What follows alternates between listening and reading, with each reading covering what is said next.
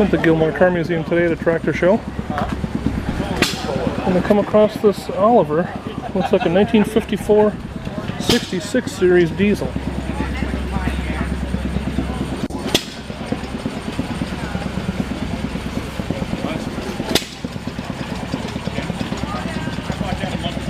This thing looks like it's been beautifully restored.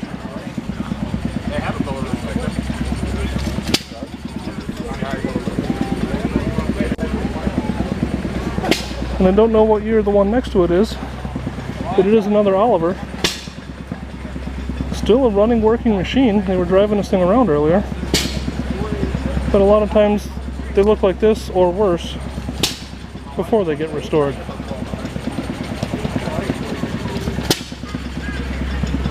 Sort of a before and after picture. Hope you like it.